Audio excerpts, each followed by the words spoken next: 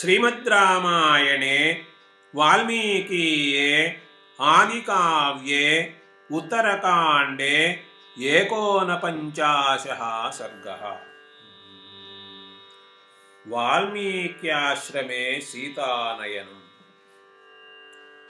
सीतां रुदन्तीं दृष्ट्वा तां तत्र वै मुनिदारकाः प्राद्रवन् यत्र भगवान् आस्ते वाल्मीकिरुग्रधीः।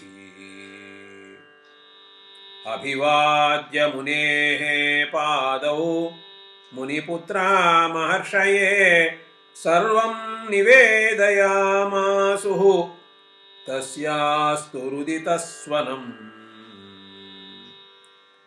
अदृष्टपूर्वा भगवन् कस्याप्येषा महात्मनः पत्नी श्रीरिव सम्मोहात् विरौति विकृतानना।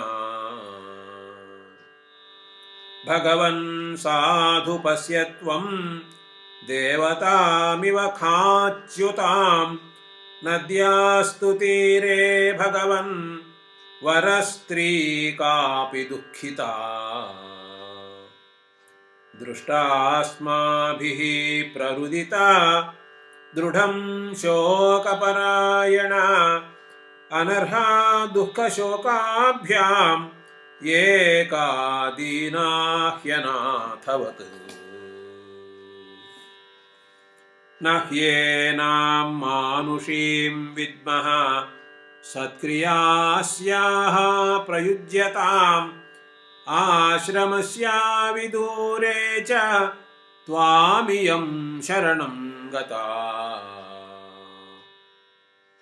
त्रातारम् इच्छते साध्वी भगवं स्त्रातुमर्हसि तेषां तु वचनं श्रुत्वा बुद्ध्या निश्चित्य धर्मवित् तपसा लब्धचक्षुष्मान् प्राद्रवद्यत्र मैथिली।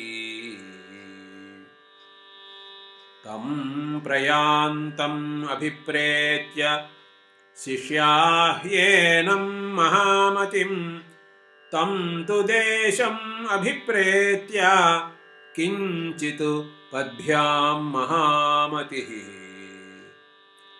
अर्घ्यमादाय रुचिरं जाह्नवीतीरमागमत् ददर्श राघवस्येष्टां सीतां पत्नीम् अनाथवत्।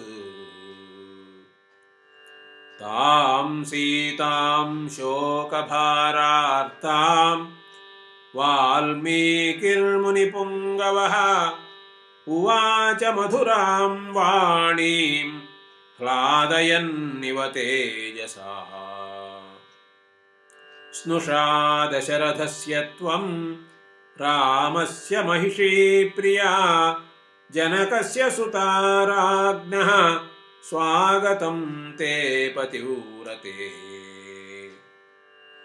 आयान्ती चासि विज्ञाता मया धर्मसमाधिना कारणं चैव सर्वं मे हृदयेनोपलक्षितम्। तव चैव महाभागे विदितं मम तत्त्वतः सर्वं च विदितं मह्यं त्रैलोक्ये यद्धि वर्तते। अपापां वेद्मि सीते त्वां तपोलब्धेन चक्षुषा विश्रब्धा भव वैदेहि साम्प्रतं मयि वर्तसे। आश्रमस्या विदूरे मे तापस्यस्तपसि स्थिताः तास्त्वां वत्से यथा वत्सं पालयिष्यन्ति नित्यशः। इदमर्घ्यं प्रतीच्य त्वं विश्रब्धा विगतज्वरा यथा स्वगृहमभ्येत्य विषादं चैव मा कृथाः।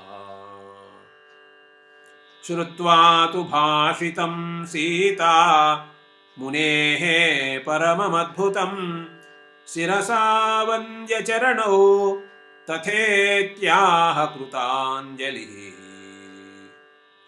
तं प्रयान्तं मुनिं सीता प्राञ्जलिः पृष्ठतोऽन्वगात्। तं दृष्ट्वा मुनिमायान्तं वैदेह्या मुनिपत्नयः उपाजग्मुः मुदा युक्ता वचनं चेदमब्रुवन्। स्वागतं ते मुनिश्रेष्ठ चिरस्यागमनं च ते अभिवादयामस्त्वां सर्वाः पूज्यतां किं च कुर्महे। तासां तद्वचनं श्रुत्वा वाल्मीकिः इदमब्रवीत् सीतेयं समनुप्राप्ता पत्नी रामस्य धीमतः।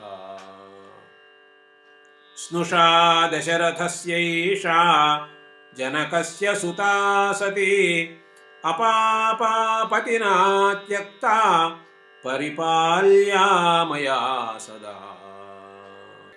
इमां भवत्यः पश्यन्तु स्नेहेन परमेण हि गौरवान् मम वाक्याच्च पूज्यावोऽस्तु विशेषतः। मुहुर्मुहुश्च वैदेहीं प्रणिधाय महायशाः स्वमाश्रमं शिष्यवृतः पुनरायान् महातपाः। इति आर्षे श्रीमद् रामायणे वाल्मीकीये आदिकाव्ये उत्तरकाण्डे 49 सर्गः।